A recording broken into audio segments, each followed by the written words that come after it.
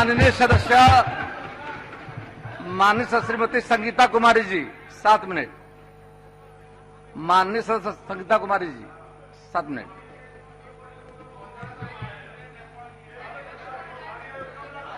समर्थन में बोलने के लिए खड़ी हूँ। अरे सुनिए, बोल रही है तब सुनना चाहिए। माननीय अध्यक्ष महोदय, मैं विपक्ष द्वारा लाए गए कटौती प्रस्ताव के समर्थन में बोलने के लिए खड़ी हुई हूँ।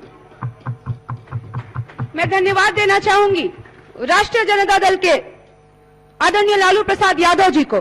मैं धन्यवाद देना चाहूंगी आदरणीय जगदा बाबू जी को। मैं धन्यवाद देना चाहूंगी आदरणीय तेजस्वी प्रसाद यादव जी को कि जिसने इस महिला को पहली बार महिला सशक्तिकरण की मिसाल पेश करते हुए मोहनिया की आजादी के बाद प्रथम महिला विधायक बनने का मुझे अवसर प्रदान किया। मैं धन्यवाद देना चाहूंगी अपनी पार्टी को।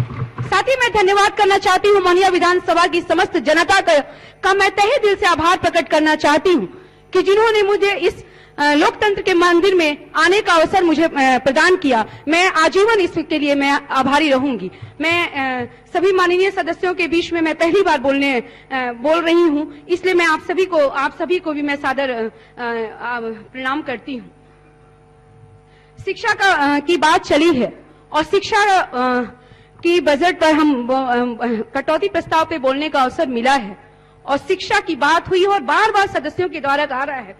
महोदय, शिक्षा की नींव पर ही किसी राज्य की बुलंद इमारत खड़ी होती है। शिक्षा हमारे ज्ञान, कुशलता, आत्मविश्वास और व्यक्तित्व में सुधार लाती है।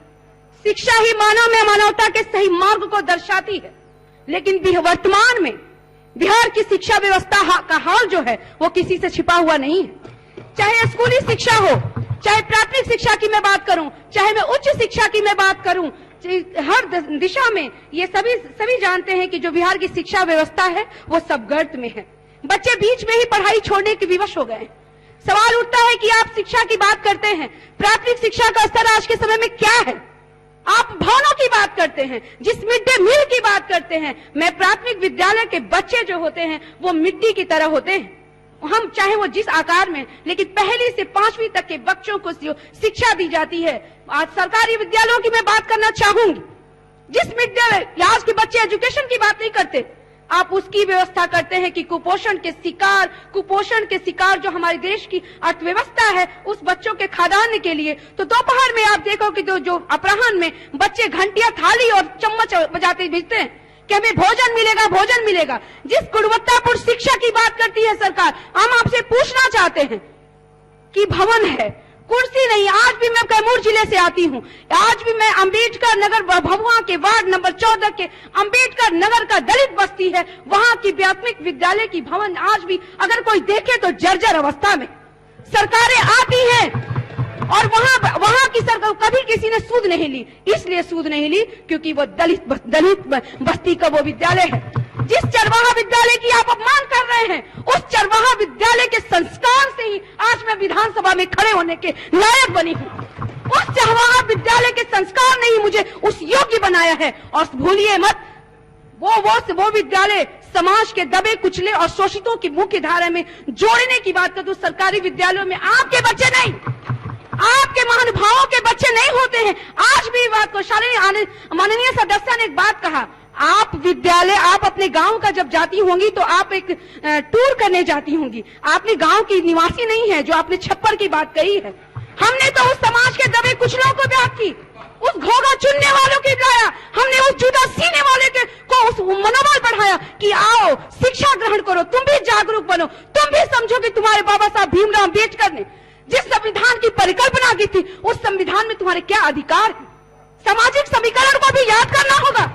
माननीय महोदय, इस सदन में एक बात जरूर कहना चाहती हूँ, 2005 की बात बहुत माननीय सदस्य कर रहे हैं, लेकिन सामाजिक समीकरण को आप इग्नोर नहीं कर सकते। माननीय महोदय, कहीं न कहीं उन संघर्षों की बदौलत ही आज भी जो आप देखेंगे, जो उन समाज के बच्चे जो आवाज पे ये बुलंदी आई है, ये बुलंदी 2005 अभी पहले नहीं थी। इस बुलंदी को लाने के लिए आदरणीय लालू प्रसाद यादव जी ने संघर्ष किया है, तब ये बुलंदी आई है। और जिन भवनों का आप बात करते हैं, मैं बात कर हमारे चैनपुर के माननीय मंत्री जी यहाँ पर हैं। चैनपुर में हाटा में एक विद्यालय है जहाँ बच्चे दरी पर बैठ कर पढ़ाई करते हैं। हमारे भभुआ की जो जिला है वहाँ नगर पालिका मध्य विद्यालय दरी पर पढ़ाई करते हैं। और जिस महिला सशक्तिकरण और महिला शिक्षा की और जिस महिला सशक्तिकरण और महिला शिक्षा की बात करती हैं, कैमूर जिले में एक भी अंगीकृत सरकारी महिला कॉलेज नहीं है। कहाँ है आपकी महिला सशक्तिकरण की बात करने वाले? और एक भी मैं बात करना चाहती हूँ कि जिस शिक्षा की आप बात करते हैं और भवन का नहीं है, विद्यालय में शिक्षण, आपने कहा कि माध्यमिक शिक्षा को उच्च शिक्षा में हमने कर दिया। उच्च शिक्षा में लेकिन शिक्षक कहाँ है? विद्यालयों में एक ही शिक्षक सारे विषयों की शिक्षा देता है। अगर फिजिकल एजुकेशन का टीचर, फिजिकल और शारीरिक शिक्षा का ज्ञान देने वाला भी टीचर, वो एक ही टीचर सब देता है, तब सवाल उठता है कि राइट टू एजुकेशन आपका कहाँ है और जिस गुणवत्तापूर्ण शिक्षा आपका कहाँ है? संगीता जी को पार्टी का शेष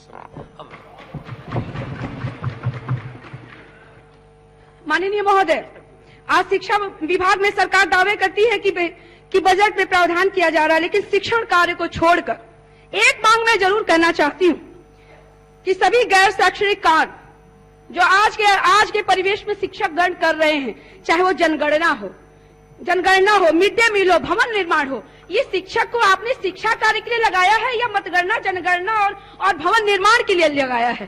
शिक्षक का काम शिक्षा देना होता है। गुरु की महत्ता हमारे समाज में बहुत ही उच्च कोटि की होती है। तो शिक्षक को जब आप जनगणना में, जाति गणना में लगा देंगे और ब्लॉक में प्रतिनियुक्ति कर देंगे, तो सवाल उठता है कि राइट टू एजुकेशन की बात करने वाली सरकार के सामने ये सवाल उठता है कि राइट टू टीचर की बताइए। तो शिक्षा की गुणवत्तापूर्ण शिक्षा के लिए मैं आग्रह करना चाहती हूं कि आप खाने के लिए आप उसकी अलग एनजीओ के माध्यम से आप व्यवस्था करें। शिक्षक को शिक्षण कार्य में ही लगाए रहे तो निश्चित रूप से एक नया दिशा तय होगी। महोदय, राइट टू एजुकेशन में गरीब बच्चों के लिए जो पाठ्य पुस्तक दिया गया है, लेकिन समय पर नहीं, क्यों नहीं समय से पूर्व स्कूल आती है, उन्हें सुनिश्चित पहले बुक किताबें नहीं दी जाती हैं। भवनों की मैं बात करना चाहती हूँ।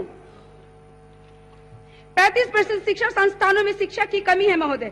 आज की जो इंफ्रास्ट्रक्चर है, किसी भी राज्य के, किसी भी देश की डेवलपमेंट के लिए इंफ्रास्ट्रक्चर का स्ट्रांग होना ये बहुत ही जरूरी है। जब तक से आप उन्हें 10% स्कूलों में भवन नहीं है, 50% में चार दीवारी नहीं है, 30% खेल के मैदान नहीं है, 10% शौचालय नहीं है, तो सवाल उठता है कि कहां से शिक्षा के बारे में 2005 की बार गिनती नहीं कर सकते आप।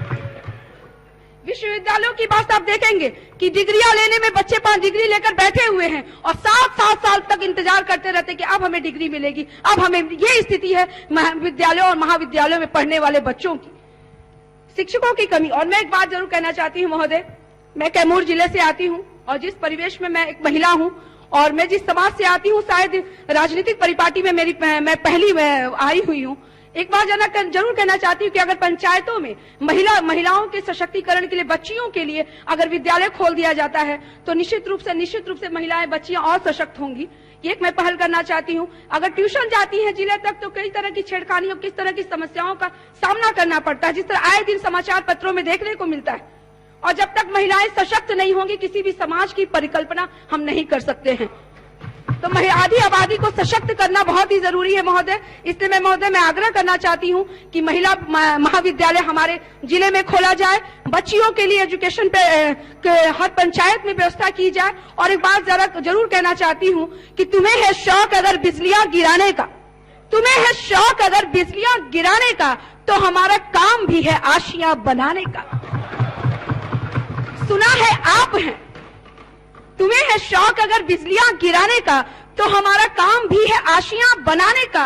सुना है आप हैं माहिर हवा चलाने में, हुनर न छोड़ेंगे हम भी दिए जलाने का। एक बार पुनः आप सभी को बहुत बहुत धन्यवाद।